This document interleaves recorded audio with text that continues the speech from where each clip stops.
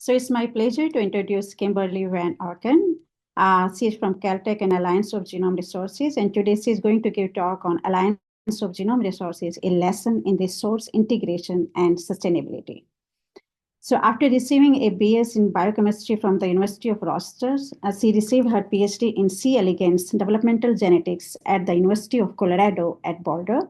Her curation career began at Proteome, where she served as the human protein database editor.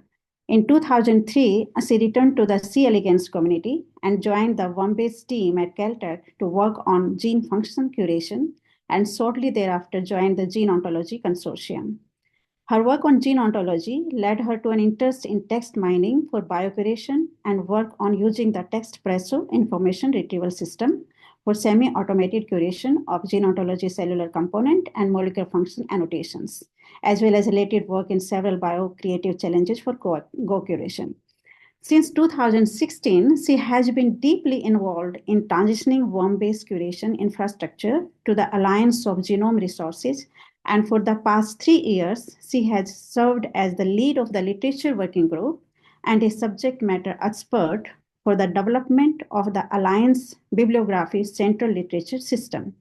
She is also a member of the Alliance AI working group and works with Daniela and Valerio. They have developed the Acknowledge AI-assisted community curation platform for worm-based. So over to you, Kimberley. Thank you so much. Thank you, Sunita, and thank you to all of you for an opportunity to share what we have learned and are still learning about resource consolidation at the Alliance of Genome Resources, and also the opportunity to hear more about all of the work that you're doing at the AgBioData Consortium. So I'll go ahead and share my slides here.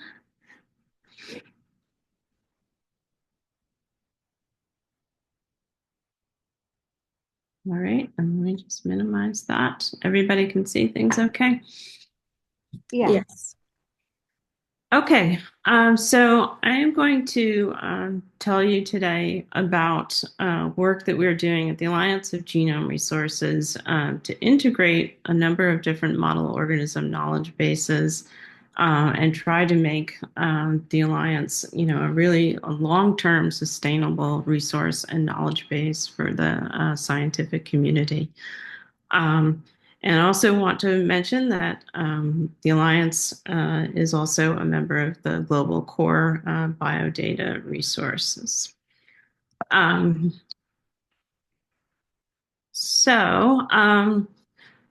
I'm going to start by giving you just sort of a little bit of a history about how the Acknowledge came to be, and then kind of try to give you a glimpse of how things work behind the scenes.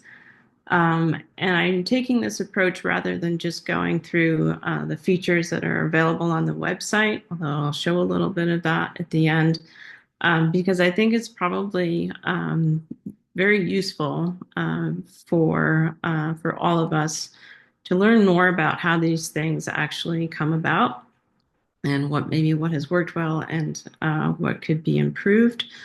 And also, just to give you a sense of how things have evolved over what is honestly now almost 10 years worth of work. So again, just by way of introduction, the Alliance of Genome Resources is a consortium now of 7 model organism knowledge bases, as well as the gene ontology. So the original Alliance was 6 model organisms: zebrafish, rat, mice, budding yeast, fruit flies, C. elegans. And then we were later joined by ZenBase, and we also have data for human genes and proteins.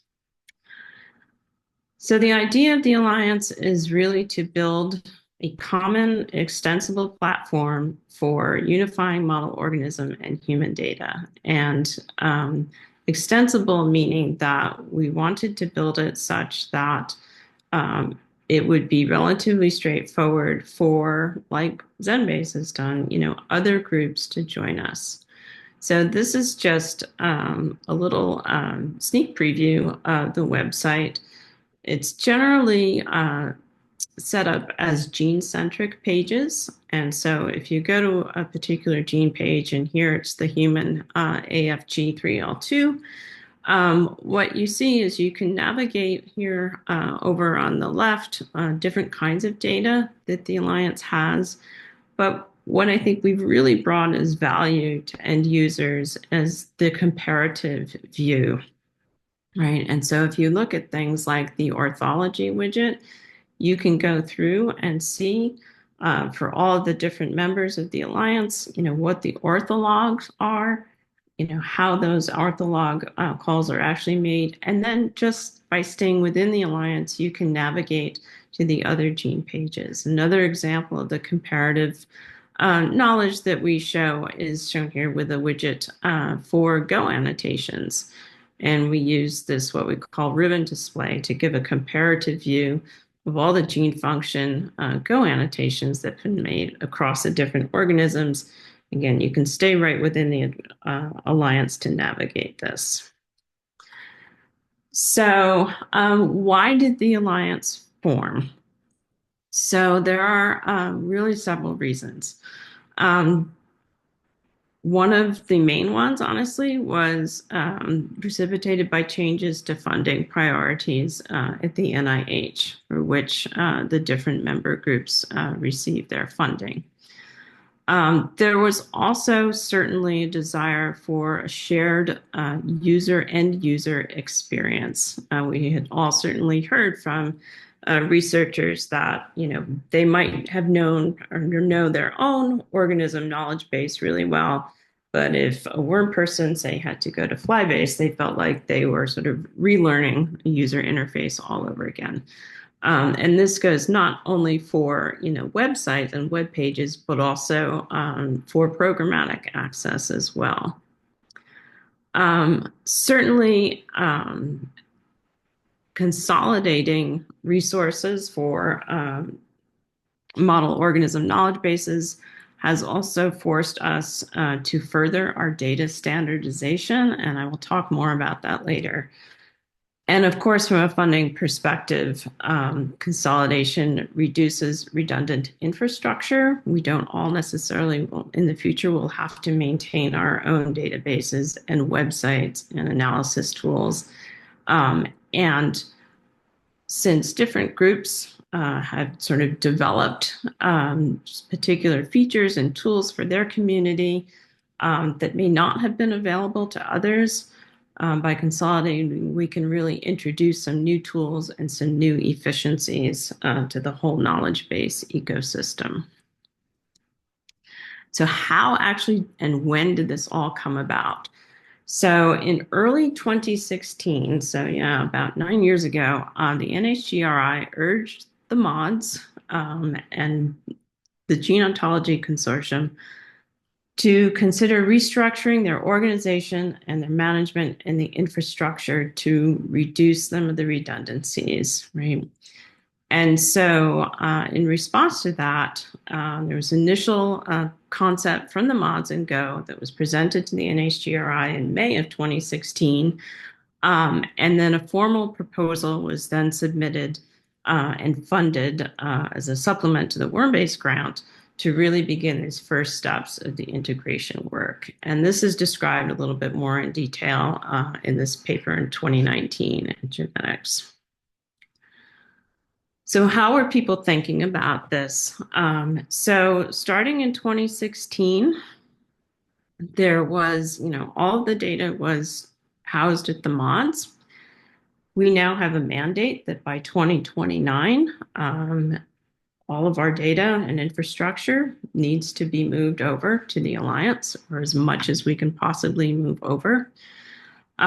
So the approach that we have taken over the years is really to try to achieve a systematic harmonization and migration of data and software infrastructure.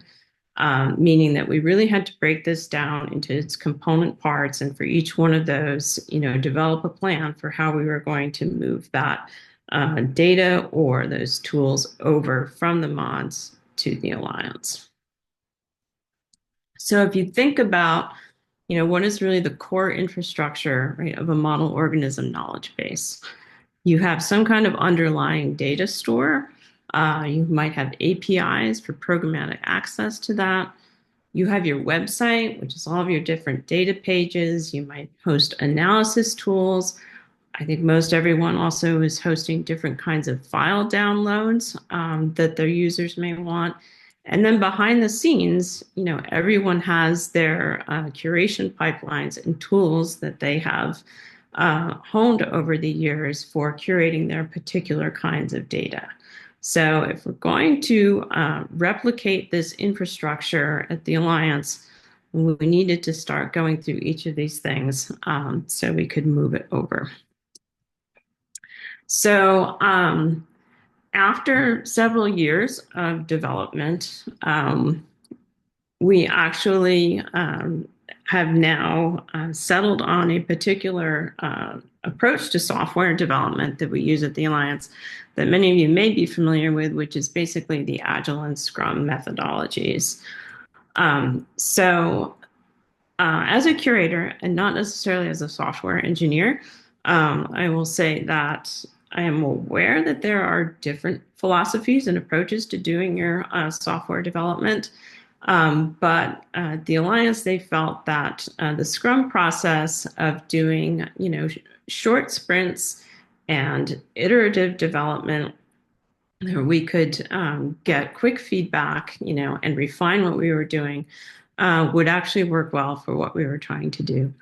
And I think the most important point here is that we settled on a system for doing software development, and that everyone who works on the teams sort of agreed to do this and buy in. And I think this has really helped us move forward in a much more systematic way. So at the Alliance, the software team, there are really sort of three software teams.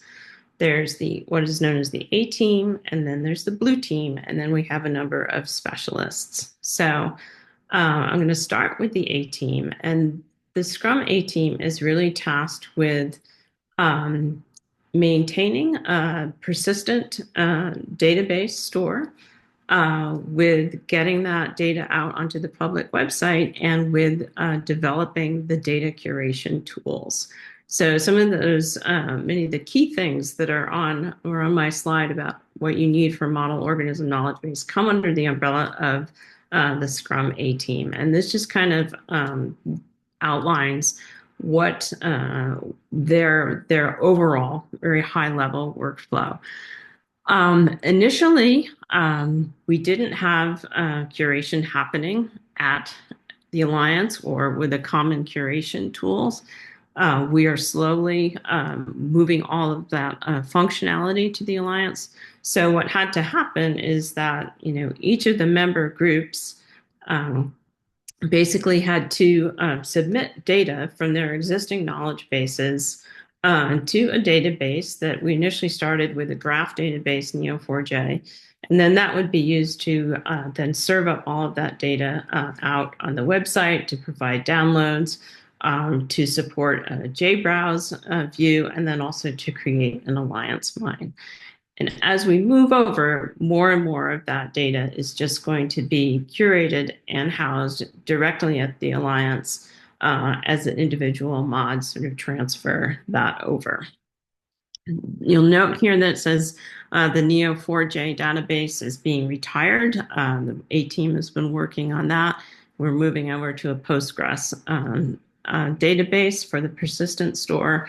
If anyone is interested in more about that, I can direct you to the appropriate people on the A team to talk about that. So the different kinds of data that members were submitting, we had everything, from phenotype data to molecular and genetic interactions, expression data, Go, disease associations, variants, all these different kinds of data that the individual groups were curating. And so what we really had to do in order to get these initial data submissions in, and then of course to go forward with housing this at the Alliance, is think about, what kinds of data did we want to include? Uh, this is sort of, I know at least at Wormbase, we've sort of gone through everything we have and say, there are some things it's very easy to make the decision. Of course, this is going to go over, and other things that, frankly, we look at and say, do we still need to keep doing this? And, that some of that is honestly still under discussion, but those are the kinds of things that we talk about. But for the ones that we decided, all of the groups are going to bring this over. And let's say, phenotype as an example. What we really had to do is understand for each group how they actually curate that data. What entities do they associate phenotypes? What ontologies do they use to curate their phenotypes? What kind of experimental detail did they capture, and why is that important? So the way that we approached this was to form various working groups with representatives of each of the member mods, so that we could understand what we really needed to have for a common data model for each of these data types. And so that was the work for designing and implementing harmonized data models. Then using that, each group could at least submit data to the central data store that we could then start serving up on the website, while we also worked on sort of transitioning the actual curation infrastructure over to the Alliance. And so there is a page on the Alliance website about the various working groups, so you can go look at more carefully at that. So how do we actually do the data modeling? So the data modeling approach that the Alliance took is to use LinkML, which is the linked data modeling language that was developed by Chris Mongol and others. And it's basically, YAML files that can capture and from very simple kinds of data to more complex data, but sort of uses the concept of slots and classes to define biological data for the Alliance. So each of the groups has worked both curators and LinkML modeling experts like Sierra Moxon, for example, to come up with LinkML models for their data type. And then right now the data is submitted in JSON format by data quartermasters that are housed at each of the mods. And then all of that data is subject to validation and consistency checks before it gets loaded to the Alliance. And if anyone is interested, there's a link here to learn more about the LinkML modeling. And Sierra has some great talks on YouTube about it.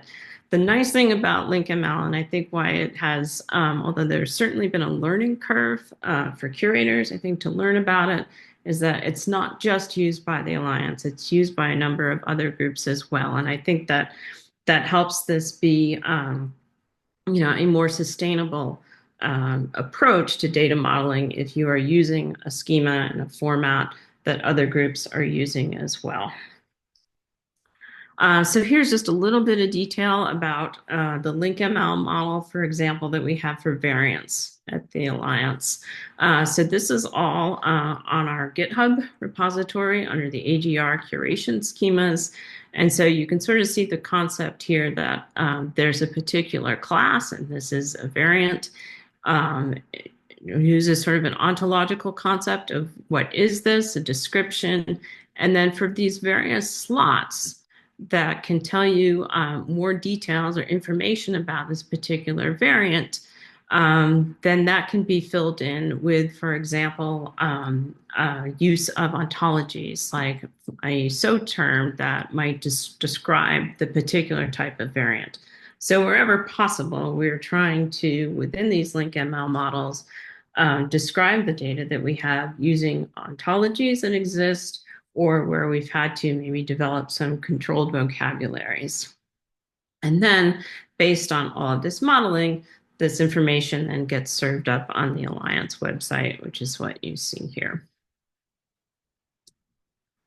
So, like I said, initially we started with just wanting to have a web presence and get data from the particular mods up onto the website, but we also need to transfer our curation infrastructure. And so the A team has also been tasked with working closely with curators to develop data curation tools. And so what you're seeing here is a result of that, which is a view of the disease annotations table that we have and the kind of data that's being captured for disease annotation and the use of, say, structured controlled vocabularies for disease relations, the use of the disease ontology references, and this just sort of shows an example of the different kinds of entities to which curators associate disease.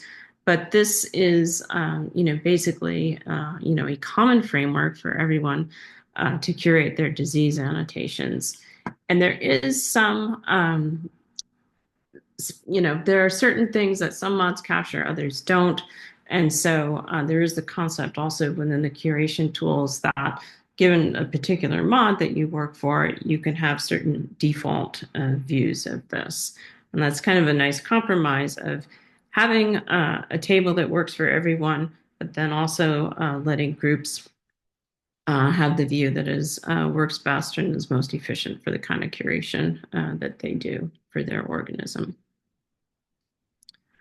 So now I'm going to switch over and tell you about the Alliance Scrum Blue team. And this is the team that I've been most closely involved with. And so, underlying, right, all of the curation that we do, of course, is generally the published literature, right?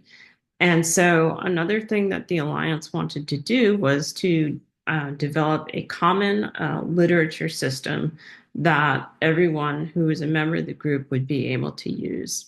And so we've called this the Alliance Bibliography Central, or the ABC.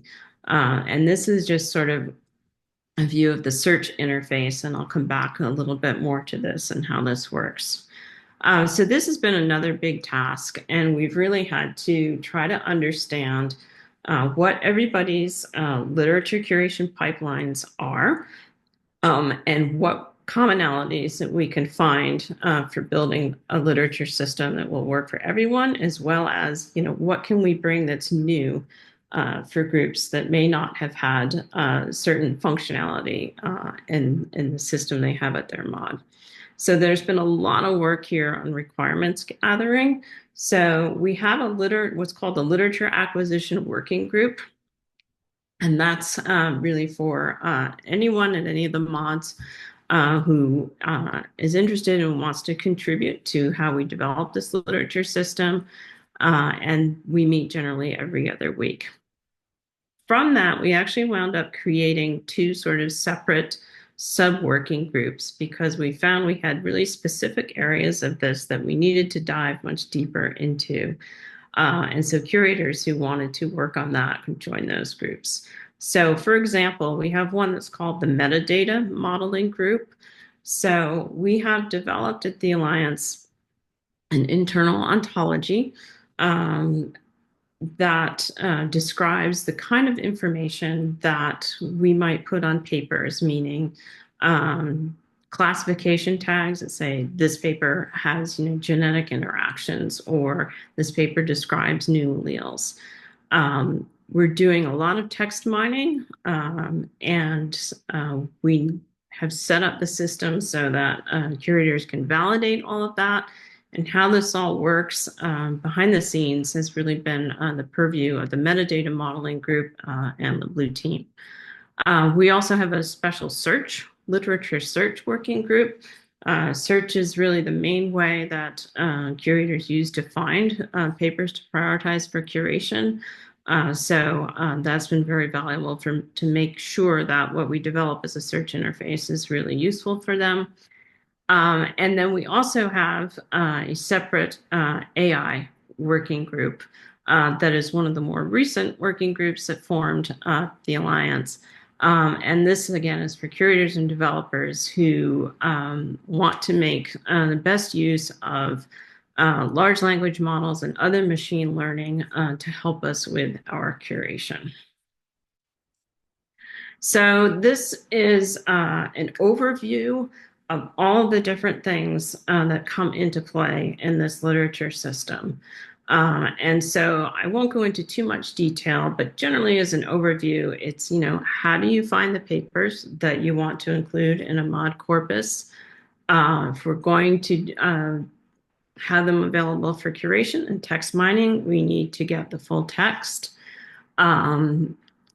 They need to be available for curators to either perform manual topic and entity tagging or for a bunch of automated workflows that we have for using document classifiers to tell us what's in the paper, automated entity extraction. So this kind of shows you just the overview of the system that we are building. And then, of course, related to this, like I said, is ongoing AI work to integrate LLMs where we can, to try to create, intuitive AI validation tools for curators and training set managers. And lastly, to use all of this in a way that we can promote community curation in a common way and hopefully use as much AI assistance for the community curation as well. So what I did here is I just kind of simplified this because I wanted to illustrate that one of the real benefits for combining and sharing this infrastructure is that we have been able to bring to groups that did not necessarily have it new functionalities in the context of the literature. And so those are kind of highlighted in pink here. So for example, not every group had automated downloads of open access full text from PMC. Now we have that for everyone at the Alliance. So if you say on our sorting page, this paper we want as part of our corpus and the full text is available in PMC, we automatically go get that. We have set up Texpresso instances for the different member groups. We've had one for C. elegans, and SGD has had one for yeast for a long time. We set one up for fly and for ZFIN as well. And this is the sort of thing that once we set it up for one person or one group, it makes it that much easier to set it up for the next one. As mentioned, we also are developing common community curation tools, which not everyone had community curation. And certainly all of the automated workflows that we now have with respect to getting the full text, converting that to a format that the machine learning can use, and then developing document classifiers and automated entity extraction pipelines for as many groups as we can possibly do it. So this is, I think, a really good example of where combining our literature infrastructure made it possible to do all of these things for the member groups that otherwise probably they just would not have had the resources to do themselves.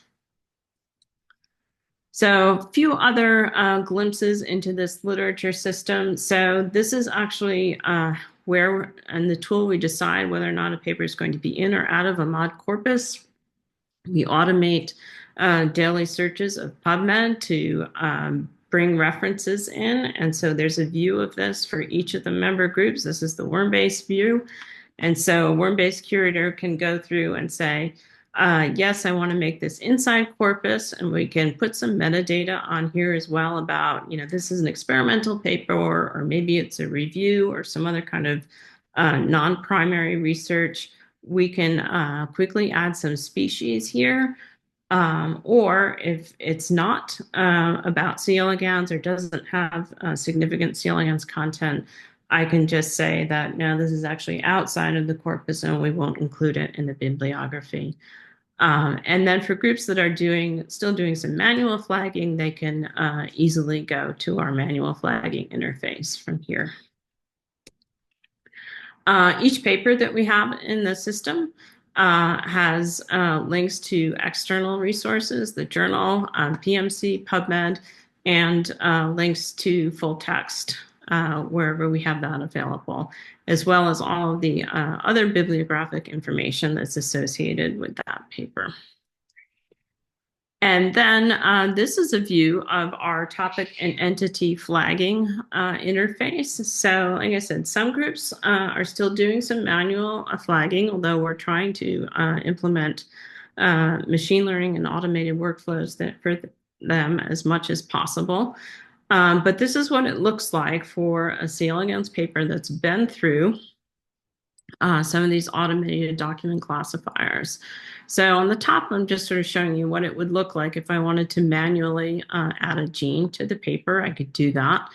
And then below here are all the document classifiers that we've run, what the result of that is. So we classify them and then sort of give them a confidence score about whether we have a high confidence this kind of data in the paper, or maybe medium or low confidence, and then also whether or not the classifier actually said that this was negative and there's no data for that data type there. Every classification that we do, we track with a model for the source of how did we make that statement. And then we're actually tracking evidence. And here we've tried to, as much as possible, reuse terms from the evidence and conclusion ontology to track the provenance. In a couple of cases where we couldn't get quite the granularity that we wanted for that, we added some new terms to our internal ontology. And then it's very easy here for curators to go through and just say yes or no about whether the classifier got it right. And our system will keep track of all of that validation data. So as we expect, we will have to iterate on our classifiers over time. We are automatically then tracking in our system what has been validated negative and positive for future use. And then lastly, just to come back around to the search interface, we really anticipate that the search interface is where curators are probably going to interact with the system most to find the papers they want to prioritize for curation. And so this is just an example of how we might use some of that classification data. So maybe I, as a Go curator, want to find papers that have experimental evidence for Go molecular functions, say catalytic activities. I can come in, I can say, I want all the papers from the worm-based corpus that have been through the catalytic activity classifier, and this defaults to show me the ones that are high confidence for that. And then based on that, I can then look at those papers further and do the validation and the curation from that. And this is just a way that we're trying to help curators as quickly as possible find papers they want to curate. So now sort of putting this all back together, going back to the Alliance website. If you go to the Alliance homepage and you search, say, for human gene, BMP4 in this case, with all this work behind the scenes, what can you get? You would first go to a gene page, and these are really right now the information hub of the Alliance. So this is the human BMP4. And I'm going to illustrate just a few of the other things that we have brought in. This is automated descriptions. So we have a pipeline at Wormbase that was developed to write automated gene descriptions based on particular data types. So each of the genes of the Alliance now has an automated description. We have incorporated pathway views from the Gene Ontology Consortium, as well as from Reactome. So each of the genes now has a pathway viewer that was developed by Go. We have the ribbon associations, so this is showing one for disease. And then we also have sequence detail pages. There are downloads files that can be accessed. There is also an alliance mine tool that we have developed for all the organisms. And then, of course, there is the API access we have. As far as community goes, there are sort of community boards for each of the members. You can see here. There are Alliance of Genome Resources office hours that we have where we communicate on specific topics for our end users. There's actually one today about using JBrowse 2 at the Alliance. And then we're also present on social media. So where are we on the roadmap? 18 priorities going forward. Like I showed, they are retiring the Neo4j and replacing it with Postgres. That's on track to be done this summer. There's working on curation interfaces and entity details for detailed pages for all the curated data types. That's on track to be finished this winter and early into next year. We will continue over the next few years to work with all the Alliance members to harmonize data for any of the outstanding data types and get that into the persistent store. And then, of course, get that data out onto the public website. For the blue team, we're working on getting as much of each group's literature pipelines migrated over to the Alliance, and then developing new extraction and classification pipelines for groups that need it. We're also, as part of the ABC, developing curation workflow trackers. And then, as you can see, over the next 2 years, we will also be implementing the Acknowledge community curation pipeline, as well as implementing additional classifiers, say, for ZFIN. So just to give a nod to all the people who've been working really hard to make this happen. So this is the A team. They are sort of supervised by Carol Bolt from MGI, Chris Grove is a product owner, Jeff DuPont's Scrum Master. Those are all the developers, and they've been working closely with 2 curator subject matter experts, Sue Bello from MGI and Yvonne from ZFIN. Our blue team members, we've been supervised by Paul Sternberg at Caltech, Carrie Van Slyke at ZFIN is our product owner, and all of our developers listed there sort of rotate as Scrum Masters, and then Jillian and I have been working as subject matter experts. So I also just want to credit the Alliance Software Specialist team. I haven't talked as much about the work that they do, but particularly Sierra Moxon, who's been very helpful with the LinkML modeling, Dustin and Tremaine at Go, who've made the pathway viewer. Michael has helped with Texpresso, and then other curators who contributed to the tools like Alliance Mine and JBrowse. All of these people's efforts have made possible the Alliance to serve up what we have.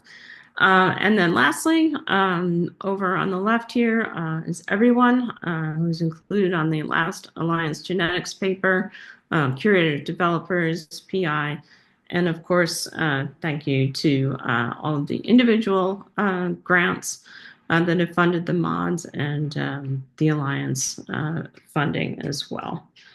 So thanks everyone for your attention, and I will be happy to take questions.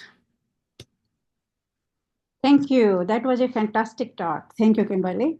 So it was an insightful presentation on Alliance of Genome Resources, their working groups, member data submissions, data models, and multiple working groups contributing development. So now we will open the floor for questions, and I see there are some interesting questions. I see there are a lot of questions. So, and we have a few comments from audience.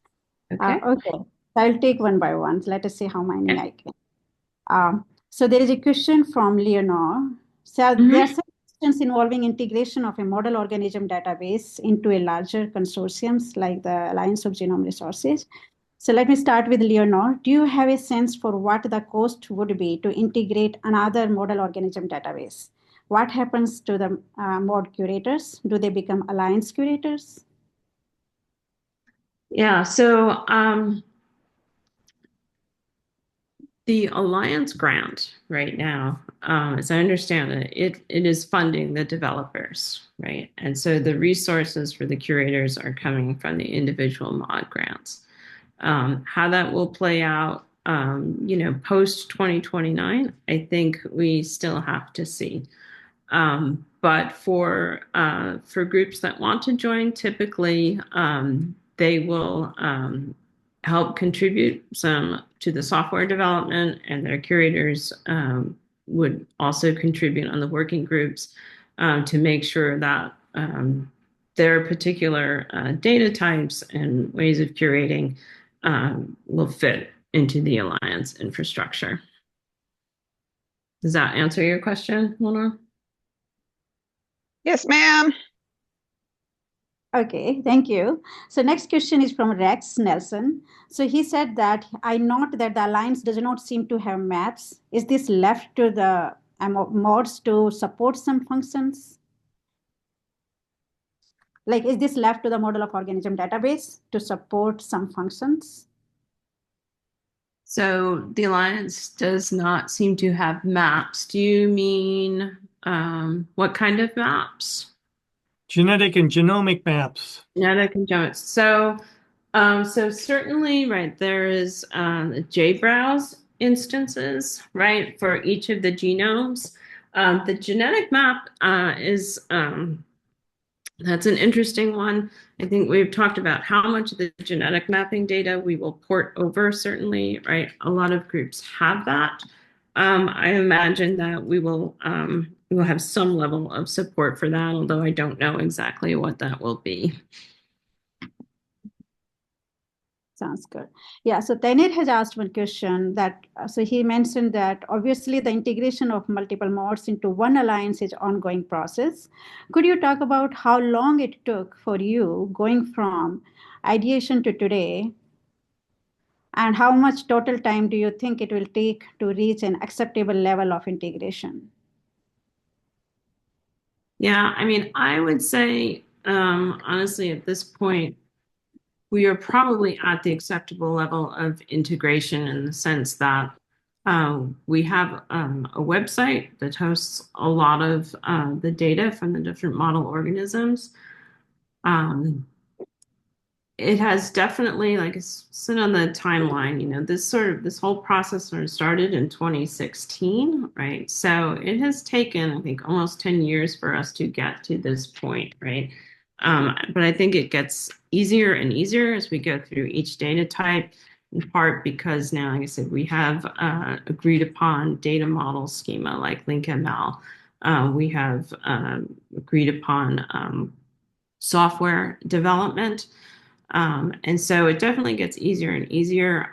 As I understand it, though, also our 2029 deadline is a hard deadline. And so we will have to try to get as much over as we possibly can by then. Mm-hmm. Yeah. So Chris has also mentioned that I expect that it is critical for continued funding for you to show the need and ongoing usage of these resources. So that in addition to the model of organism database and other databases such as NCBI, etc., how do you track and document this? As I understand it, there is Google Analytics on the website, and that is probably one of the main ways that they are tracking usage. Yeah, so Monica is asking same question. Do you know how much of your usage is across 2 or more model of organism database for a single user? I don't, and I'm not sure how we would get that. Yeah, so I'm not sure if we know that. Laurel has asked question, how do you deal with papers that are behind a paywall? Yeah, so the way we have set it up is that for each particular curation group, The papers for which, their home institution has subscriptions are the ones that we have.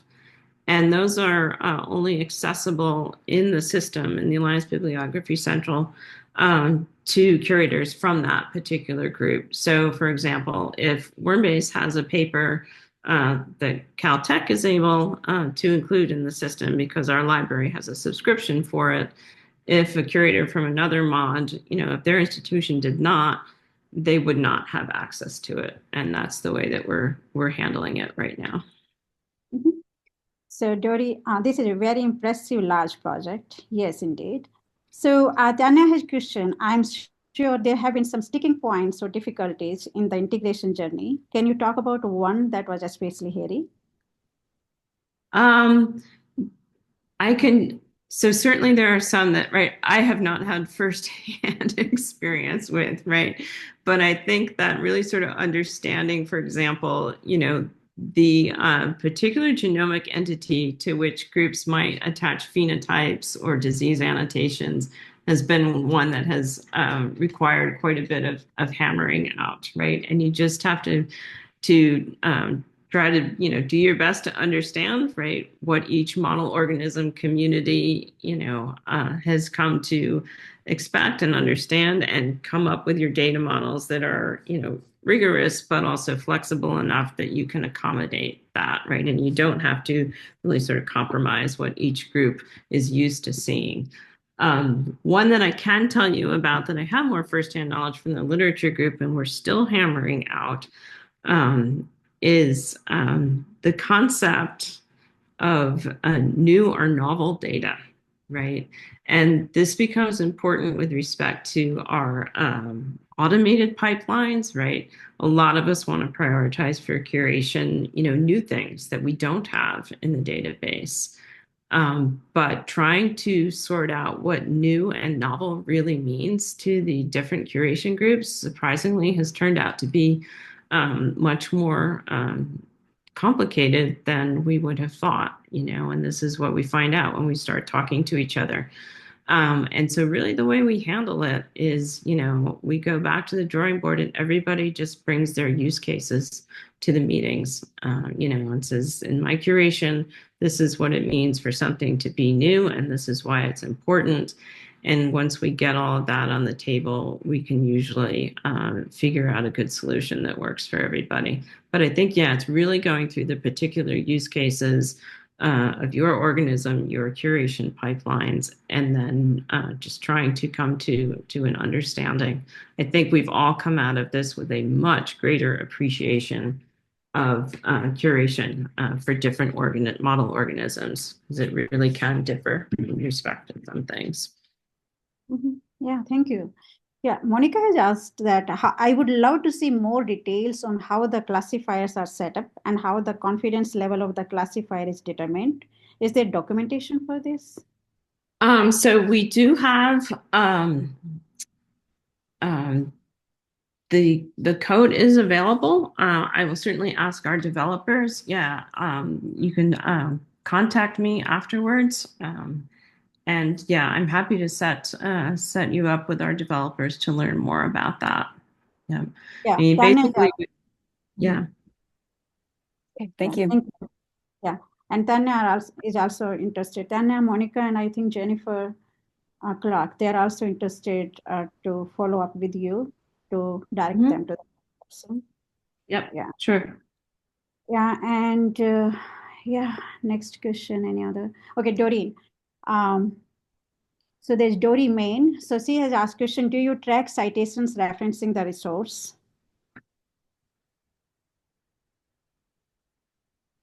Do you track citations referencing the resource? I'm not sure I quite understand your question. Dorrie? Sorry, I'll ask it. So what I mean by that, Kimberley, great presentation. Really enjoyed it. So do you track citations to that resource? So people that have used the resource, any of the component databases, do you track where they're citing that resource? So you get, it's another measure of impact of your database or of your resources. Okay, so maybe are they citing the acknowledged publications in their work, for example? No, yeah, not even just the acknowledged publications of the resource, because if it's like, oh, our databases, they don't do that particularly well. And so we actually track it using keywords as well, so because it changes the numbers quite significantly. Yes, so yes, so essentially around that. Yes, I am sure that they are. I haven't been involved with that as much, but yeah, I'm sure that as as we write grant renewals and progress reports, that is part of it. Yeah, but if you're interested in more details, again, I can try to get that from the people who are doing that work. Yeah, that would be great. Thank you. Thank you. And there's a last question from Dorrie Main. Do you have any lessons learned on how you would do things differently if you were to start again? Interesting. Yeah. I mean, from my perspective, I think that things really changed for us at the Alliance once we settled on software development methodology, and how we were really going to move forward with that. It sort of put a lot more structure and order on the process than we had before. And so I think that made a huge difference. Using the Scrum methodology, we go on mostly 2-week sprints. It's very clear for each sprint who's responsible for what and what they're going to work on. And that really helps make sure that we stay on track and to task, and then break down this really big project into small, manageable chunks. Otherwise, it can feel very overwhelming with how much there is to do. So if I had to do it again, I would say putting something like that in as early as possible would be a good thing to do.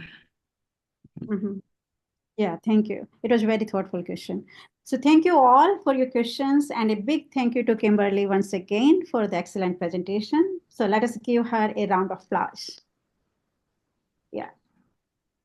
Yeah, thank you very much for the opportunity to talk with you. Thank you. And I will over to Anarita. Yeah, so thank you, Kimberley, and she will also join actually the panel that we are going to have now, and that will be moderated by Monica Pulciao. Sure, I'll go ahead. Let me share my screen.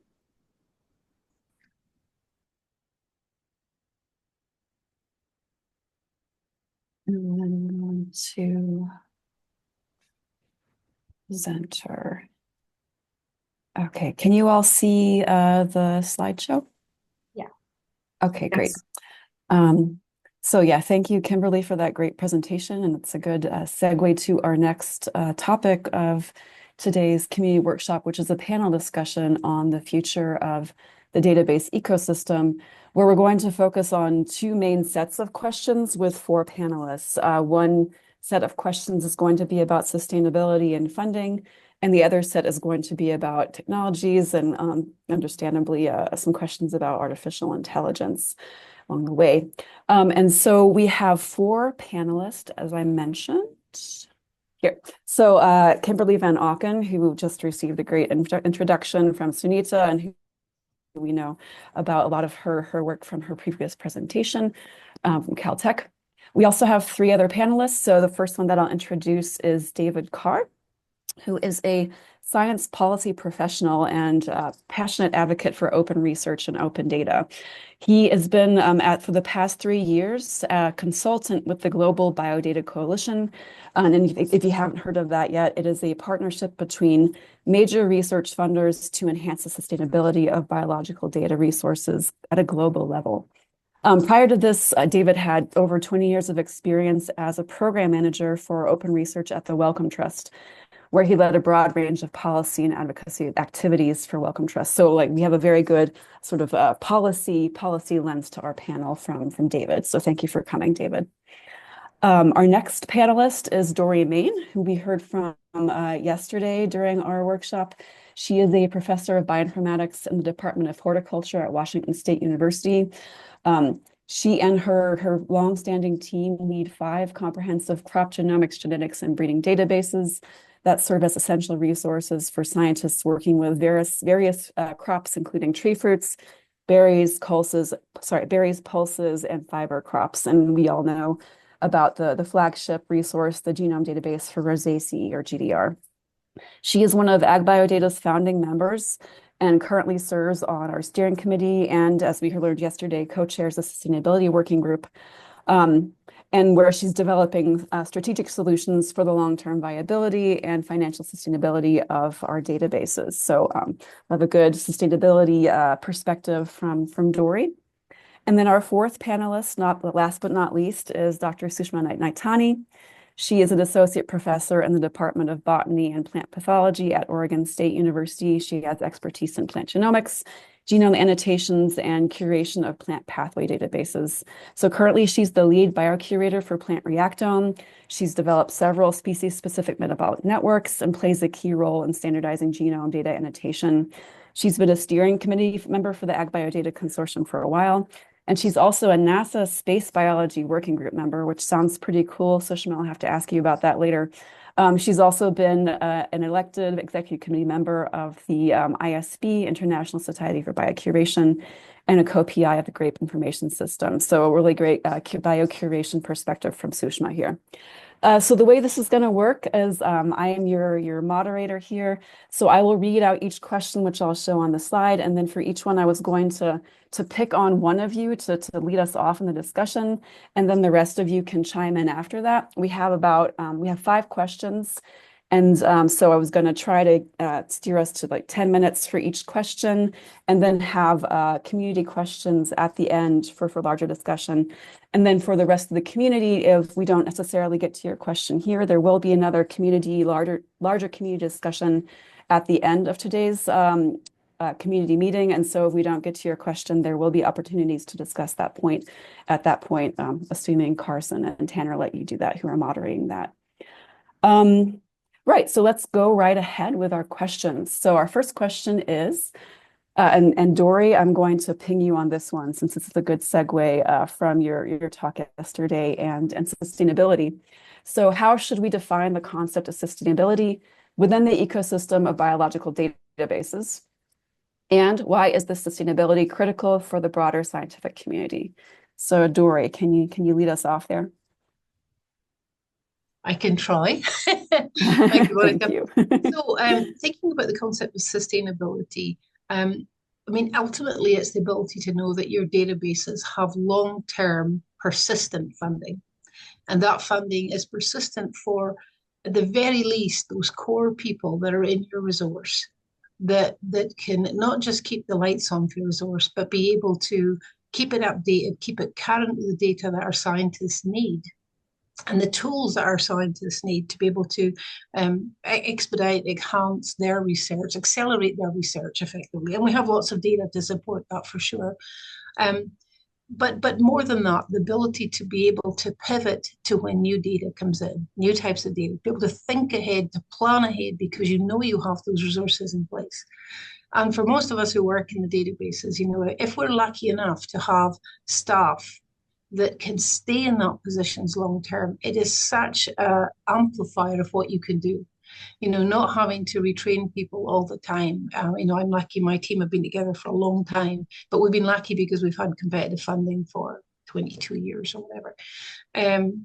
But they've stayed knowing that every single one of them is on soft money. Every single one of them. The only person not on soft money is me. And so, you know, knowing that we would have non-soft money available, essentially permanent positions for our people for at least 10 to 20 years. And why it's critical, because the nature of what we do is databases. So for example, give an example, our databases here. Ours are genomics, genetics, and breeding. So we facilitate basic research by bringing all the published data into the database, integrating it with every other associated database we can think about, including breeding, even if a basic scientist is not going to use the breeding information. The breeder might go back all the way to look at why that gene's associated with a particular trait and have the marker, what's the robust nature of that marker, where's it been tested in. So so really it's that piece that what we do, and so many of our databases and our biodata do, the data is not available anywhere else but in that integrated fashion in our databases. So it's that connectivity piece, being able to come into a resource from different with different questions and being able to access everything that's in the public domain that's been integrated. And then for us also, there's the breeding information management system is a private portal for breeders within each of our databases that connects up to the public information that's already in breeding. So they have that connection to that they then don't have to try and do themselves. So really, it goes back to that piece of the integrate, no one else is doing what we do. And then, of course, a fundamental piece that we all recognize is we have the domain knowledge, we have the expertise in the crop to be able to know when something is incorrect or have an idea if it's incorrect. And then, of course, the community databases, all our databases and our biodata are embedded in the communities that we serve. And I think we one of the ways we pitch this sustainability piece is we are providing a service, an essential critical service to our scientists. And it's been so, and then that's one of the reasons why when we look at how we demonstrate impact, everything we can collect and use as an argument for why these need to be sustainable. And of course, the competitive funding resources are generating all this data for scientists, putting it in a static repository where you cannot check that data has all the metadata associated with it that you need to be able to reuse that data. By putting it into these databases, you immediately have the ability to reuse that data, and you have support from people in that database when you ask questions. And that's really a critical piece. So that's my take on it. I will be quiet.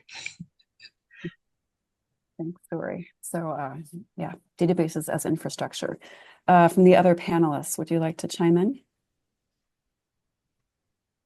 I think I agree with Dorrie, and I like to say other thing that databases, in spite of repository and providing the tools for data analysis and researchers, are also in the forefront of the education, because none of the undergraduate or graduate curriculum yet have the current courses that include how even to use the genomic resources effectively. So a lot of outreach that happens through the databases on different conferences and online venue, actually teaching the PhD students or the all type of researchers from undergraduate to senior researchers how effectively they can use the data to formulate hypotheses, remove the redundancy in their experiments. So they are also very, very forefront in the education of genomics. Thanks, Sushma. Thanks. David, would you like to mention something? Oh, yeah, I was just going to say I completely, I think those excellent summaries of what's involved in sustainability. I was just going to say two additional things. I think as the question implies, there's sort of sustainability at two levels. There's thinking about individual resources and individual biological biodata resources and what's required for their sustainability, and then there's sustainability at the level of the infrastructure as a whole, and thinking about how the infrastructure as a whole needs to develop to meet the needs of communities more broadly, where the gaps are, and things like that. So I suppose one of the key things I wanted to say today is that a couple of months back, at the start of the year, GBC published a white paper on sustainability as kind of a first step to sort of map out the challenges and suggest a way forward. That's something we'd really value everyone's feedback on. But yeah, in the discussions leading up to that, there's very much a message that we needed to think about sustainability at both of those levels, and bring funders and resources together to consider kind of both sides. The other thing I wanted to say is that I think we've kind of recognized through our work at GBC is that there really needs to be a common understanding of what is required for a resource to be sustainable. And we particularly at GBC, we work both funders and biodata resources, and in particular, Kimberley had the global core biodata resource sign for the alliance there. So we work in particular with a group of 50 or so global core biodata resources, global GCBRs that we've kind of selected and through a selection process have identified as being ones that are absolutely critical to the kind of global global biodata, global life sciences, biomedical research, and absolutely sort of critical priorities to be sustained as kind of initial priorities to work with to develop models of sustainability. And one of the things that we're doing with our kind of representatives of our GCBRs is some work to try to develop a kind of I suppose a list of the elements of sustainability. So funding is one absolutely critical part of that, but there are very obviously other things as the two previous speakers have said, which are kind of critical to think about as well in terms of sort of data, from data feeds to good governance to staff retention, having the right staff, having sustainability planning. So trying to map out those elements and then think about how that could be developed into a useful sort of tool that both resources and funders could use to identify kind of emerging risks and target support more effectively to resources. So that's work in progress, but something that we'll be reaching out to get feedback on kind of over the months ahead. So that I just wanted to mention those additional things. Okay, yeah, thanks, David. And that's a great segue to our next question. Before I mention that, though, I'll bring up that Lenore put the link to the white paper that you just described in the chat. So if people want to check that out, please go ahead. And then John and Chris's questions are great for our next question 3. So stay put for that. So our second question is about organizations like GBC with the Core Trust Seal certification and AgBioData in general. We're there to where we're supposedly here to help enhance resource sustainability. So and David, this is a question for you to start out with, so hence the good segue. In what ways do these frameworks, and in your context specifically GBC, contribute to long-term viability and trust in the biological data infrastructure? Yeah, sorry, I could go on for a while here, so I'll try to keep it to a couple of high-level support. So I think probably those 3 groups are slightly different. So I'll talk to GBC in particular. So I think we're really around kind of, as I say, trying to bring together and expand the number of funders who are kind of engaged in thinking about sustainability and about while supporting biodata infrastructure in general and thinking about sustainability, bringing them together to share, develop an understanding of the challenges and try to develop cooperative approaches, and similarly also work with and bring together the biodata resources as I've described, and similarly work to sort of together with both of those key communities to explore the issues and hopefully work towards more sustainable funding approaches. I think there's a number of key sort of elements that GBC that we're taking forward in support of that overarching aim. One of them is to better understand the ecosystem of biodata resources, to properly characterize what it looks like. So we've done a bit of work based on text mining literature to define it, to try to pull out from a kind of more comprehensive picture of the kind of all the resources out there from the literature, and that's identified well over 3,000 individual biodata resources around the world. As has already been described, we're also trying to do work to map the sort of global impact and usage, again, focusing initially on our global core biodata resources, but also thinking about the infrastructure more broadly, build the case for the impact and why it's something that funders in particular need to care about resources in there and their sustainability, build the evidence base behind that, and crucially sort of target that to I suppose policy messages that will convince funders who aren't yet engaged and also sort of demonstrate the sort of the value in their own sort of regions, and the sort of the challenges that are important to them. So I think that's a crucial element. I think raising the awareness in the research community more broadly is also very important. So one thing GBC has done is doing at the moment is that we have a kind of an open letter which we're trying to get as many people as possible to sign. So that's another plug, and something I will also add to the link to the chat on, and then, as I've said, also begin to sort of map out what those cooperative approaches might look like, and broaden the discussion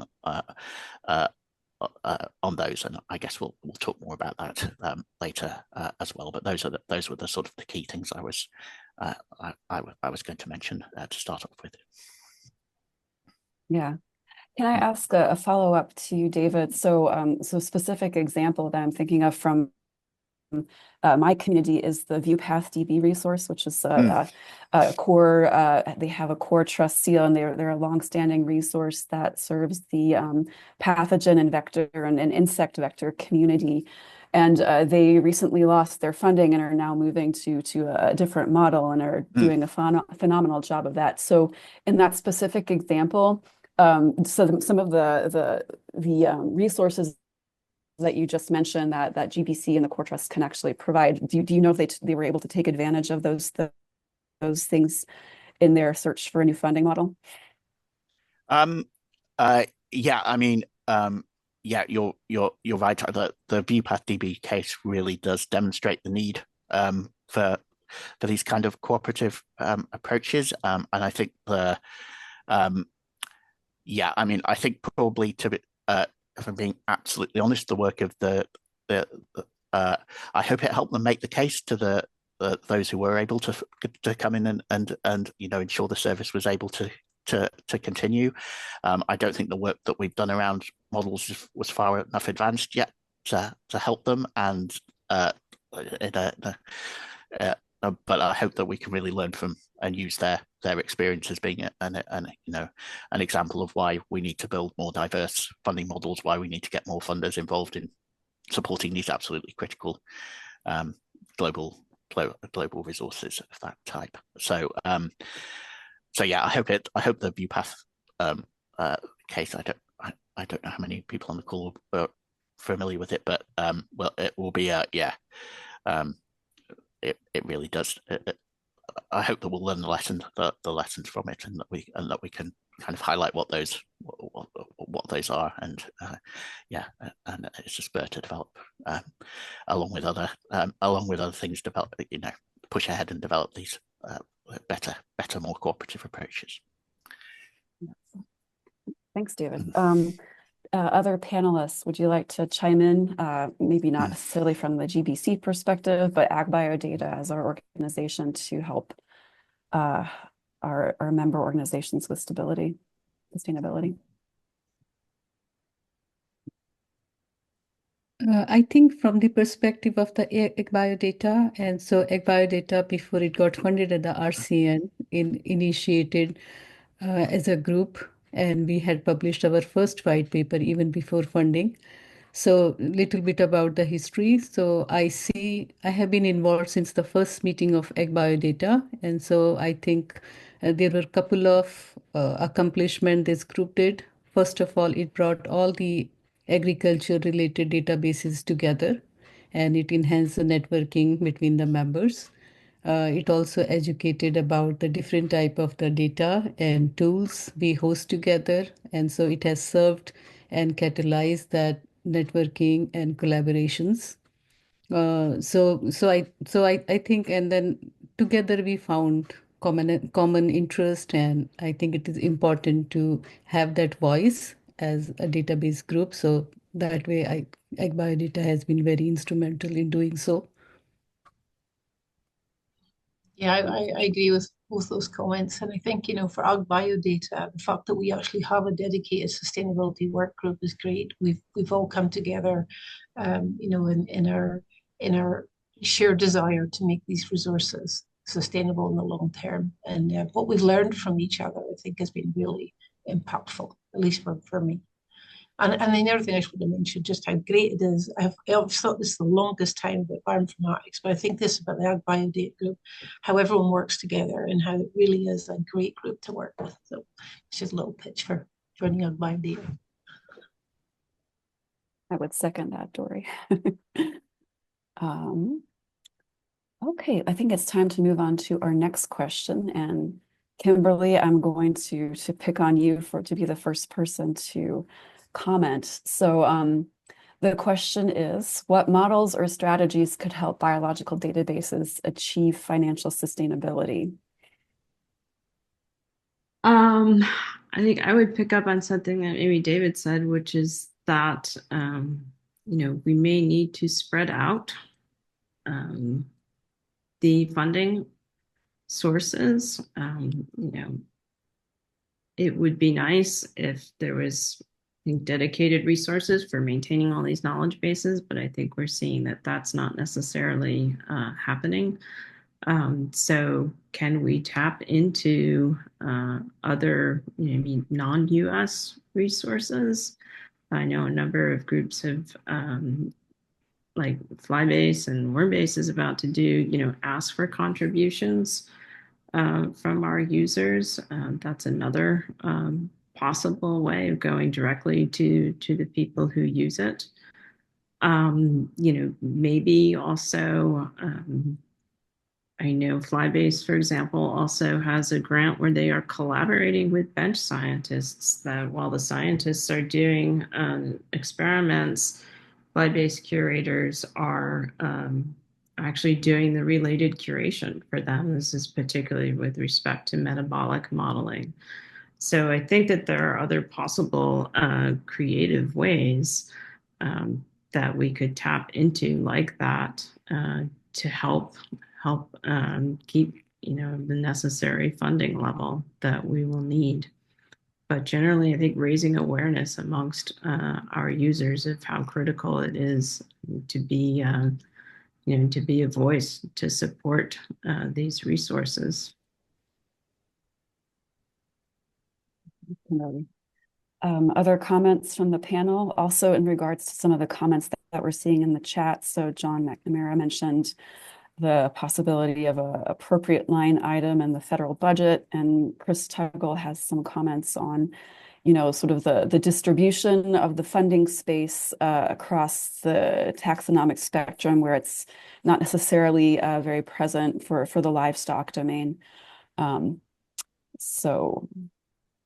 Could I add that I think we might want to explore, there's so many ways that we can look at sustainability because there's so many potential options, especially within a multimodal type approach. But I was thinking a little bit more about private and government, or private and competitive funding alliances. So, for example, I read today that Bill Gates has got so much money. His money is increasing so much, his wealth, that it's going to be hard for him to give it all away as he wants to do. I'm thinking, well, could we tap him for $500 million as an endowment?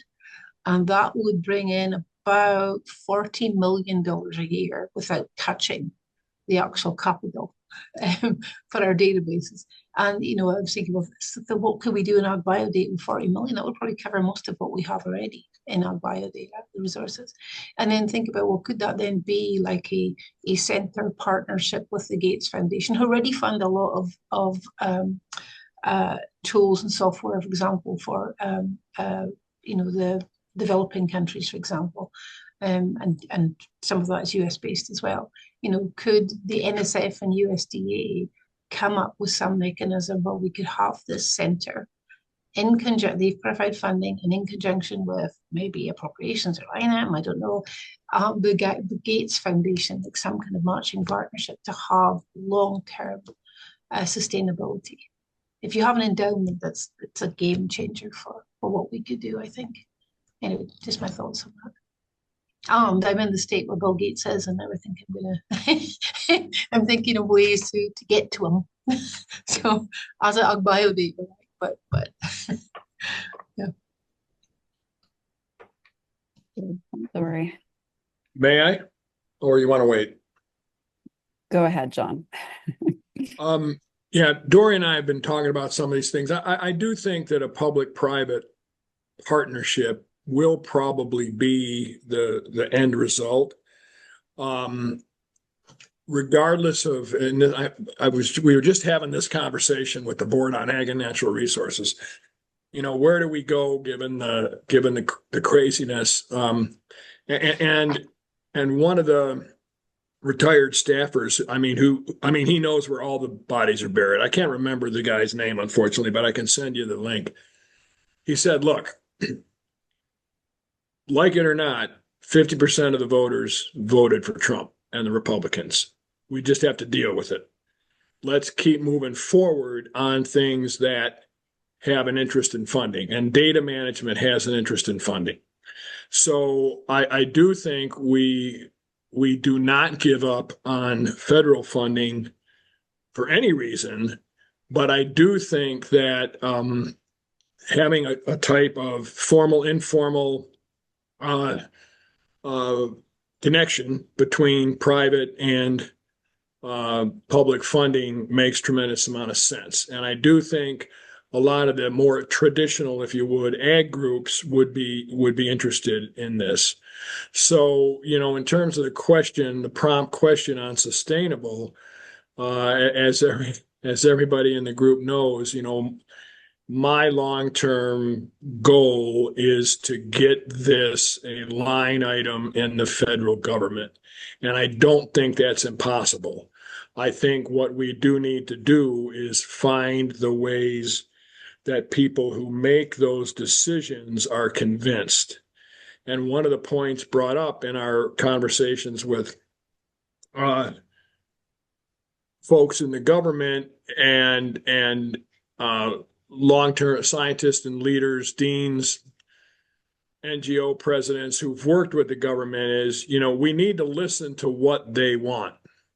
And long before 2016, we were not getting increases in appropriations anywhere near what we asked for, okay? So the present craziness is an issue, but it's not the issue. The issue is what is of value to someone who is asked to make a decision on competing funding requests, okay? And I do think a lot of the things that have been brought up in the last 2 days demonstrate that the timing has changed. The fact of the open database structure, the fact that farm groups are clamoring for data access, those kinds of things. So as we move forward, I think we really need to think about what will people that we need to fund us, what are they interested in? Because every ag dean and chair said straight outright, it's not that they won't fund science. They won't fund scientists in that sense, okay? The fact that we want access to fair data is not on their list, okay? What farmers need, what they perceive they need, that's the thing that drives them. So, and that presentation we just saw, that's an outstanding example of you know, not reinventing the wheel kind of thing. You know, look at what can happen with this. So I'm done. Yeah. Thanks. Thanks, John. I saw Kimberly, you unmute. Did you want to comment? Yeah, no, just to follow up a little bit on that, because I think that it's such an important point. We're kind of focused right in the craziness that's happening here and now, but the funding cuts or not keeping pace has been happening for a long time. One thing, and then I think one challenge that we have, and Dorrie, maybe you alluded to this as well, is that we need to provide a core resource, right, that users can use on a day-to-day basis. But we also need to innovate, right, and provide them with new things and new features, right? And maybe that's also a way that we could tap into different sources of funding for those kinds of things. I love the idea of an endowment to keep your product there and usable, and then maybe we can find other ways to fund some of the new innovation that we need to bring along as well. And then something I've started doing lately is I tell everyone about what we do, which is something that I did not do as much in the past. But honestly, regardless of who it is, if it's the dental hygienist or I just tell everyone about what we do, and because I think that personal connection matters as well. One of the just a quick comment on that. Totally agree. And one of the things that we probably don't do a great job of doing is really getting our message out to the public in more targeted pieces. Like I'm just thinking, for me, the Good Fruit Grower. When's there ever been a piece in there about the impact of these databases for scientists and for growers and farmers, that kind of thing? We don't really do that kind of thing. And maybe we're doing right now in our group, we're trying to do these sustainability pieces, and that includes for different audiences. And I think we've got to be really strategic, proactive in doing that now. And I'd say especially in the current climate, but I agree in any of the climates, we should be doing that. We tend to have our scientists that we serve, and we don't necessarily get out that impact, although we have actually had quite a lot of funding from industry. But anyway.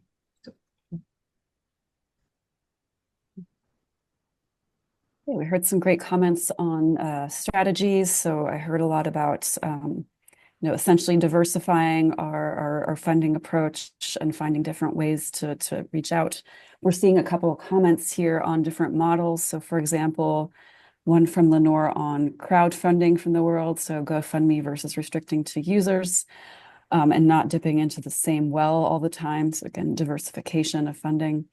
A comment from Tanya on crowdfunding for databases of food the public enjoy. So, can we, is it easier to sell blueberries and peaches and strawberries and getting some more crowdfunding that way? And maybe Chris, I don't know, selling cattle. So we all like, many people like beef and bacon. So that sort of strategy as well. And okay, and I'm seeing some other comments here. And Lenore has a comment on maybe we need to bring in someone with expertise to make, different ways of advertising. So a spiffy, streamlined video that we could put up on TikTok or somewhere to advertise in a better way what we do. That would provide better arguments to other funding sources to keep on funding us. Okay, any last comments from the panel on sustainability before we switch over to technologies and tools?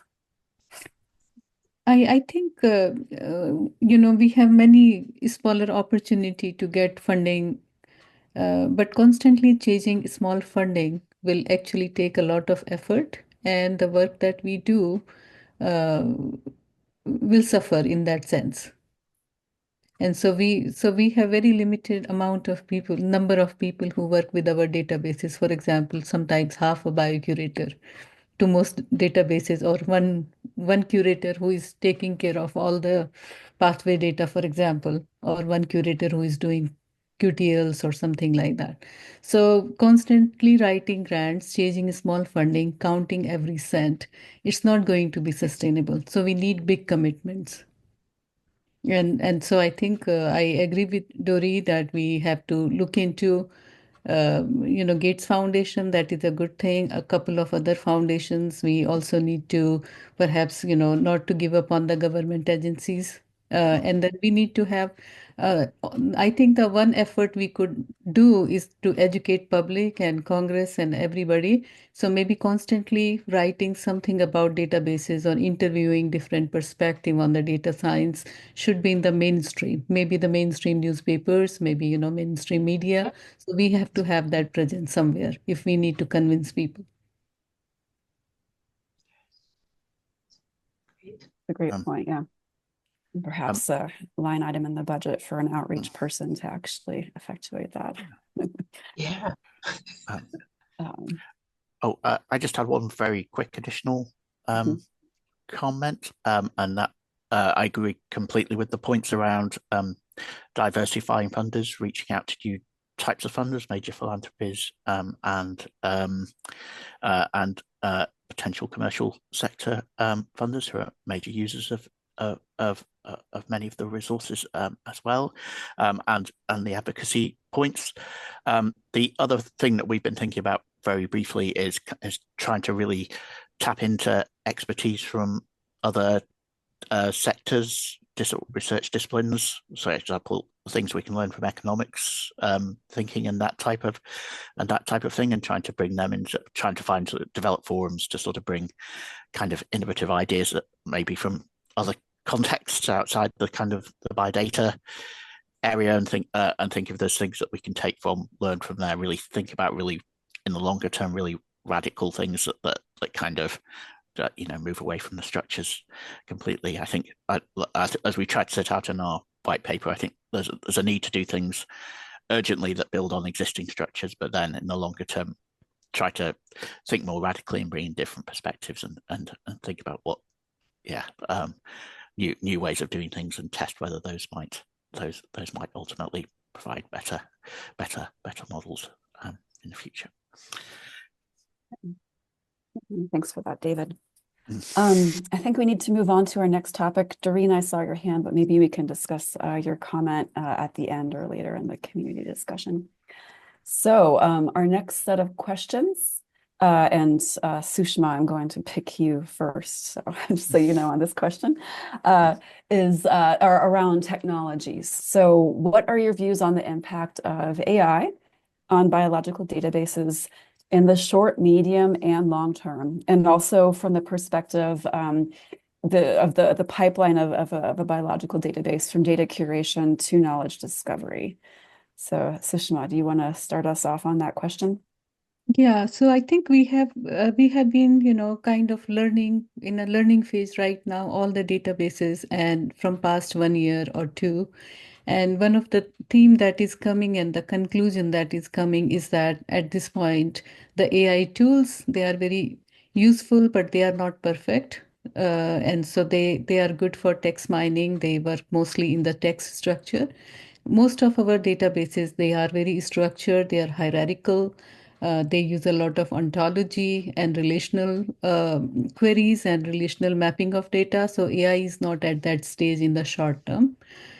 So we have to be cautious. So right now, the best strategy is to use the AI where it can make things efficient. So one of the thing is text mining. So reading the papers and extracting that text, but you have to check always if it is correct and have some quality check. So one of the thing right now, I have not heard that any quality control for the AI. So that is something we need to check on the AI tools for their quality control. So that is the short-term view. So we have to have always a human in loop, and it can speed up some of the biocuration. So we are looking into creating the gene summaries at most and see if it can be used for gene functional annotation. One current theme that I encounter, several other people encounter, that of course AI only gets the best annotated genes information from those. And so we have right now close to more than half 50% genes in most species where we have like unknown function. We don't have much of the annotation, especially functional annotation. We do have at least one of the Go category annotation, say for cellular location is the most predominant one. And then we have catalytic activity, that is roughly 1/3 for the entities encoded by the genome, or less than that. And then we have molecular function is perhaps the least, one of the least one in terms of defining. So I think when nothing is known about any gene, then it cannot create the gene summaries. Any gene summaries it creates is because of the hallucination. So if I have gene ATG or something, and at the end it has 10, and I ask for the gene that has 20, so it actually sometimes removes the last 2 digits and brings up the summary of the closest gene that is there. So that is kind of the danger in the short term. So this is why we need a quality control for AI. The other thing is that AI right now working on the flat structure, so there has to be some way in future, I am thinking, maybe we should be able to bring the AI information and how it can be kind of, incorporated in bulk with the databases with the structure information. So especially with the pathway data, I think, it takes a lot of time to curate that and structure the data. So the danger, I think, is that it should not kind of mix with the very good high quality curated data and then devalue that data. So it could be possibly that one can bring the AI generated or AI summarized data as a different layer that people can put on and off depending on their queries. And so we should be able to mark the curated data versus AI generated data. And we do have the good evidence codes that we use in our data curation. So earlier we had like the predicted or computational evidence. So we can extend that terminology, that particular evidence or particular information coming from AI, and it is important which tool is being used and when it was used. So that will be nice. So basically in pathway context, we have ability to bring the any data, for example, gene-gene interaction data, and then overlay over the pathways. So one can have that view, but we can also see the good curated data. So this is what we are thinking in terms of the medium. And I think in the long term, I hope the technology matures and we have the better AI platforms, perhaps more quality control, and maybe it is okay to bring in bulk the AI data with good quality control check and incorporate into the databases. So that will save a lot of effort. This is how I see it with respect to our databases. Great point, Sushma. Great summary, Sushma. That was really good. Mm-hmm. I add something a little bit extra, not extra to that, but add on to that, that we have the exact same thought about the QC, right? So we're adding that to our databases now. We've actually just submitted an NSF grant around this. And so a lot of what we will be doing will be testing this. And so we have this idea of having this, the AI literature harvest kind of approach. And then we have the expert use of that data, but also it allows our users to be able to go on and search through that to maybe quickly find something in there that's of use to them, which will be quicker than we can do in our curated expertise. The other thing we're doing is looking at how can we use AI for our producers and our growers, that component. So there's a lot of AI tools, a lot of tools that have been developed for trait evaluation that our collaborators are developing. And so what we're trying to do is put those into our database for our growers and producers as well, with the caveat also that it is AI, but targeting a different audience that will come into these databases and use those tools with access then to the people who have developed these tools, which will be helpful for them. So just an extra component to it. But I'm excited for AI, a bit scared about it, but I think it will help our databases, and we do have to be investigating it and using it where we can with the caveats that you mentioned, Sushma. Good point. Yeah, opening up for different ways of knowledge discovery by AI. Kimberly, I see you unmuted. Would you like to mention something? I mean, I'm very enthusiastic about it as well, and I think we can use it in a lot of different ways. We talked a little bit about this at the Gene Ontology Consortium meeting last week, and the question is, well, in the era of large language models, will people even still go to the knowledge bases anymore? And if so, what for? And so I think that if the knowledge bases can provide, an LLM-like or search interface that people are coming to expect and see from the large language models on top of our really high quality curated data, then that's a great way of making use of the AI for our users to be able to query our databases in different ways than they can right now, but then they can be assured that we can track the provenance of the information that's all been vetted by professional biocurators.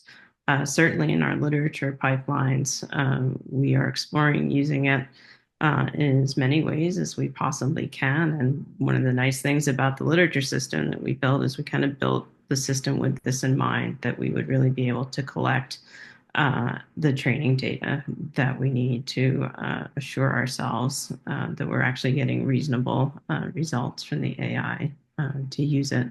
So generally, I think it has the potential to have a really positive impact on what we do. Yeah. Thanks, Kimberly.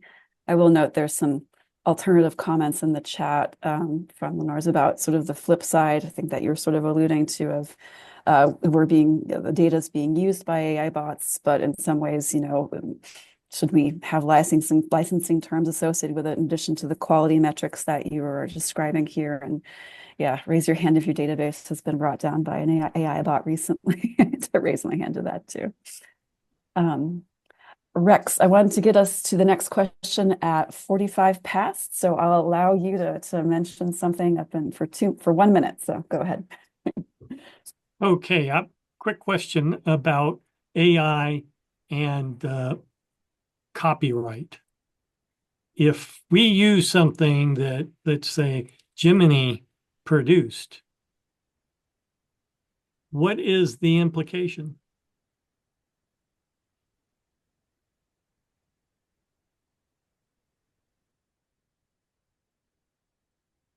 So do you mean, Rex, that Gemini has generated data or extracted data and then we use it? Is that what you mean? Well, if you are interacting with Gemini, let's say we have put out to the public a chat box, and it is using essentially data and text that came from Gemini. What is the implications? Are we subject to plagiarism because we use those words verbatim? And getting back to, have we been scraped? Yes, we've all been scraped. We have Does Gemini own any of that?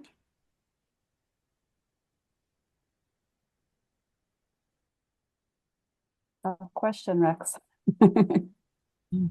Yeah, I think this is a question, and I think especially with any tool, whether it is ChatGPT or Gemini or anything, they are scraping the data. And I think they are kind of, in a way, making the idea of the copyright and plagiarism go away, I think, because they copy everything, every content, and make it available, and maybe just reframe the text using the syntax knowledge. So that will be a question, how we move forward with it. And also the critical thinking, especially for the young generation. What is their own, and what is not only the answers, but questions that are prompted through AI. Yeah. I wonder how I believe that some of the journals are selling access to data to the AI companies. So I wonder how they're dealing with this, because they don't own the data either, do they? The data is owned by the authors, I think. What's printed is owned by the journal. And they don't have, other than in specific instances, they don't have the original data file from your lab, but if it's published in the paper, it's theirs. It's theirs. Oh, Yeah. heck. And Even they sign when you publish, they also make you sign the CC by 4.0 or some kind of license agreement during the process, if you remember. Yes. Good points. And so it here's like the question might have to be a larger discussion with other groups who are facing similar problems. I'd like to bring us to our final question for the next 13 minutes. And this is open to all panelists. So if you feel motivated to respond, go ahead. And then we'll have a few minutes for questions and from the community, and we can also have some more of those later. So we just talked about artificial intelligence and machine learning in databases. So are there other emerging technologies or innovations that hold promise for enhancing our biological databases for our diverse stakeholder base?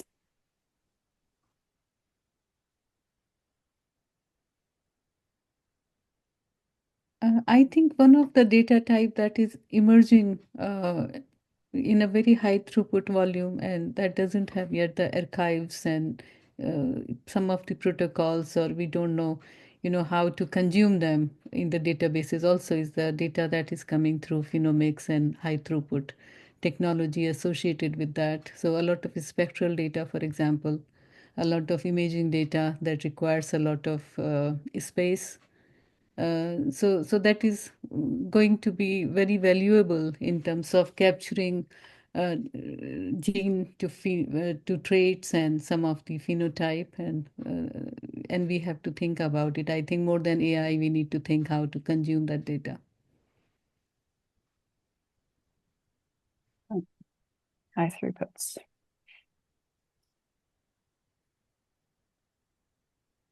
And especially like drone data coming from the drone surveillance, data coming from, remote sensing and things like that.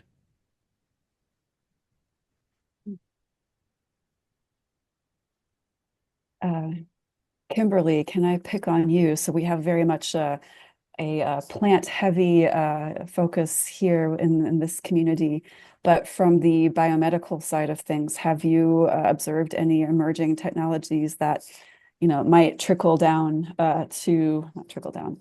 over to some of the other non-model and maybe agriculturally focused organisms that we might want to be aware of? Yeah, I mean, one of the things that comes to mind, I think Daniela is still here, is, handling a lot of, say, the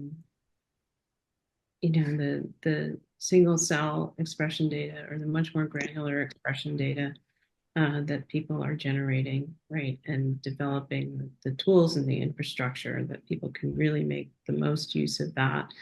And then, take that data and, overlay it onto other kinds of data that we have, for example, like our pathway data and our phenotypes, to really try to get a more, systems level approach to what we have. So those are the kinds of things that I think, looking out into the future, certainly with the Alliance and the Gene Ontology Consortium, are the kinds of things that we want to do. And then there was a talk at the Go meeting last week from Alan Bridge at Uniprot of, that's where they're heading as well, is, moving slightly away from this more gene or protein centric kind of representation of the data, to really allowing their users to navigate, the whole system, from, metabolites, to genes, to expression, to pathways. So that's where I think, that we all kind of need to be looking and thinking about how to do that. I have one more thought of types of data that we might be able to collect in the future. And I've kind of thought of this for a long time, that as farming becomes more mechanized, digitalized, right? I'm thinking specifically in tree fruit about technology being used to identify which apples to harvest, and then a robot goes in and harvests those. And so this data will be in some ways collected by the farmers, the growers. And I thought, well, how could we as databases be also collect that data to be able to allow reuse of it in a very, I don't know, very detailed way by some of our researchers. It's another source of data, and I know it's maybe a bit vague what I'm saying, but I can envisage it in my head how we would get that data, and that data could be used as separate from scientific studies. And as long as you had all the metadata and everything associated with it, including all the trees, the cultivars that are in there, and they'd all be GPS and stuff like that, if they're willing to give it to us. And I think that is something that may come in the future for us, and how we do that. Anyway, with all the associated environmental data, I think that would be fun for science discovery. Great idea with a direct stakeholder impact. Doreen, go ahead. Hi. I wanted to follow up on two things that were said, one by Dorrie and also address Kimberley. So I think if we, starting with Kimberley, is they really started out as model organisms for human health, right? And I think if we think as far as our where we're going in the future and our diverse stakeholders, we really need to think about adopting the One Health and kind of objective where it includes all these things, and the recognition that the model organism databases that we see that Kimberley has represented there are actually model organisms for as well for pathogens and beneficials and within our agricultural things. So they're not only model organism databases for human health, but they're model organisms for our agricultural perspective.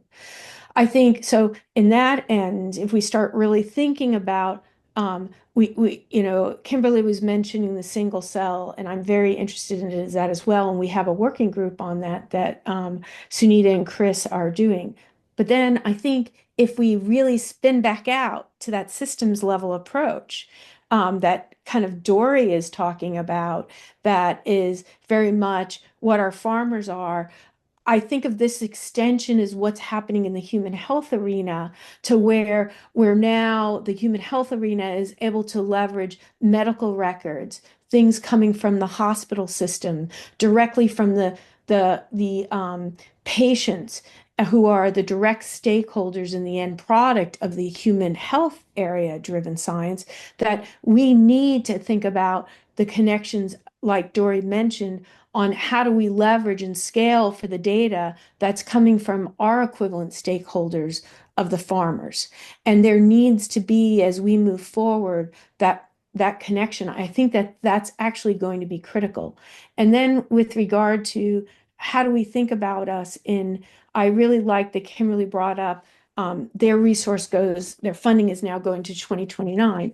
If we think of in the area of agriculture stakeholders being whether they are animals or the insects or the plants, the technology innovations that are moving along with the different CRISPR technologies now become even more critical for us to have access to that functional information, much like they've used in predictive medicine for the modifications and things that we may use in the biotechnology arena.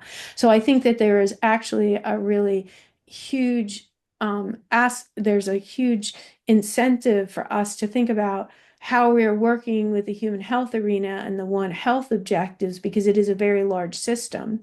And then how do we think about leveraging our farmers in the same way that the human health arena, precision medicine, are getting now larger and larger data sets coming directly from the stakeholders, I think is an important consideration, especially in the sustainability aspects as well. That's a great point. Farmers as patients. I'd like to open it up now to any questions from the community about the question I have up here, or if you'd like to comment on anything else that's been said up until the top of the hour. Annika, there's one other thing I've been thinking about as we were talking, I mentioned quickly, and I think from things that Dorrie said and Sushma said, and also from recent ISB meetings, I've been struck by it seems like there aren't a lot of new curators coming into the field, right? And maybe that reflects some of the funding issues. But I'm growing increasingly concerned about the knowledge transfer, right, of how to do biocuration and how to run and sustain a knowledge base. And I think that that's something that we should all think about as well. I know at one point the University of Cambridge had instituted like a biocuration certificate program, but I think the timing of that it launched right before the pandemic, they weren't really able to sustain that, and they don't have it anymore. But I think for sustainability, we really have to think about, what might the next group of biocurators look like, and how do we make sure that we're transferring everything that we've learned and do to them. And maybe it will look a lot more like community curators, scientists helping with some of the curation. Can we make use of students? Is that and education, is that a long-term approach? But that's something that I've been thinking about a lot more lately. A great point.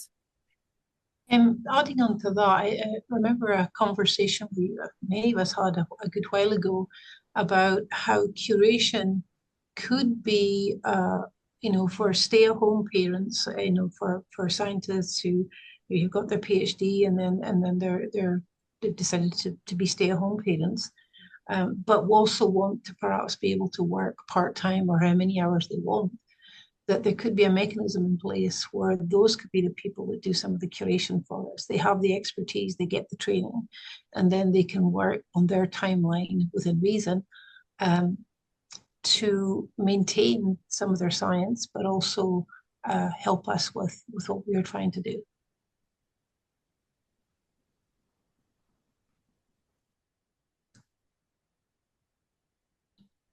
So I engage undergraduate students a lot in the biocuration. So far over 10 years, I have trained 27 students in reading the papers, extracting the information, creating gene summaries, looking for some analysis related to, extra information that they can drive from the expression data, promoter analysis, summarizing things together. So one of the ways that perhaps, looking forward, perhaps we can have a course in undergraduate curriculum and thinking about respective institutes, how it can be used. So here at Oregon State, I take honors college students who do thesis. So they get trained for two years almost in doing some database curation. And we have developed almost the YTSci, that is the Grape Metabolic Network, and Fragaria Psych, completely with the help from the undergraduate students. A lot of data entry, So that is another way that we can transfer some of the knowledge to the next generation. And Planetary Ectome has also trained about 20 students. So we kept the information synthesis is one part, and then using that information and curating in the Reactome tool as a two separate process. So the later one is more difficult one, but working with initial paper reading, making summaries in Excel is something they do very effectively. And it kind of complements the courses they take at the university. They are very excited about their biology series, so they learn all about, gene expression, translation, how things relate to. So it kind of complements. Thanks, Sushma. So we're at the top of the hour. I heard some really great discussion. I think we might use AI to generate some notes and conclusions from this that will help feed our working groups and AgBioData and the sustainability working group in the future. So let's thank our panelists one more time for this discussion. And thank you all for contributing. And we can continue a lot of this in the community discussion in a few minutes. And so now who am I handing it over to, Anarita? I'll hand it back to you. Thank you so much for the panelists. It was a very great discussion. So now it's time to announce the AgBioData award winners. I think David Molik, which is here, he will announce them, and after that, stay here because we will have a community listening session, which will not be recorded, but we will touch on some of the comments that were expressed during the panel, but more there is more interaction and question to discuss. So David, I leave you the space. Yeah, of course. Hello, everyone. I'm David Molik. I'm a department head for the Center for Scholarly Publishing and at Kansas State and a member of the steering committee. I'll be doing the award ceremony. AgBioData has gives out 3 awards now, I suppose, yearly. One of the reasons I was asked to present was the awards was last year I was the recipient of the Data Verification Award. The 3 awards that we give out are the group member leadership and verification. And without further ado, do I have presentation rights? Yes. Otherwise, I can share the screen if you want, wherever you prefer. Okay. Sorry, I'm just going to go with that for a second because it's a little bit easier with the slide. So for her consistent effort to advance the aims of the Fair Scientific Literature Working Group, we are presenting Layla Cabot. I am going to mutilate every last name. I am very sorry. Layla Cabos. She is a stalwart member of the Fair Scientific Literature Working Group. And has made significant contributions such as identifying viable software platforms for creating a basic data submission finder and guide. She is consistently proactive, knowledgeable, and dependable. She anticipates needs, contributes thoughtful insights, and reliably follows through on tasks, making her an invaluable member to the FSL working group. Her dedication and initiative have helped drive the group's progress forward. This award will also be going to John McNara, for Phenotypic Data Standardization and Management Working Group. He has been an active member in working group meetings, pushing to make a strong argument for data support from federal agencies. He is a big supporter, and he is also leading the working group white paper. He's a fantastic and dedicated contributor. And finally, to Leonore Reiser. She brings tireless energy, resilience, and unwavering commitment to advancing the consortium's goals. Her leadership I'm sorry, we're now in the leadership awards. My mistake. Leonore is receiving the leadership award. She brings tireless energy, resilience, and unwavering commitment to advancing the consortium's goals. Her leadership style is both inclusive and effective, consistently inspiring others and keeping momentum strong, even through challenges. Leonore's dedication has been a driving force in moving AgBioData's mission forward. And Ana Rita Morano will also be receiving the Leadership Award. Without her leadership initiative and drive, none of this would be possible. She keeps the project moving forward and centered on the values and mission of our work. She continues to advocate for AgBioData, and it amplifies the working groups, all of them's effort. Leadership Award to Sushma Naithani. She has served as the AgBioData steering committee for 3 years, has been crucial in organizing AgBioData's events, networking, and implementing guidelines. She has been an active member of 4 working groups and played a leadership role in many of them. Her contributions have been fundamental to AgBioData. And also to Marcela Tella Ruiz. She has provided exceptional leadership of the standards for Genetic Variation Working Group. Marcela has facilitated collaboration with industry stakeholders, including seed companies and genotyping platforms, to promote the adoption of RSIDs as a standard. She is leading the efforts for a draft white paper of the SGV working group, coordinating a diverse group of researchers, gene bank curators, model organism, and archival resources. Marcella has also represented the working group at international and national meetings. And for the Data Verification Award, we are recognizing Muskan Kapoor. Muskan is a standout early career researcher whose contributions to single-cell metadata and verification have been exceptional. She demonstrated remarkable dedication in addressing complex challenges in the emergent field, particularly through her leadership in publishing a key paper on the importance of verification for single-cell data. By focusing on standardized data practices, her work lays the foundation for more accessible and interoperable data in the long term, which is critical for the newly emerging data type.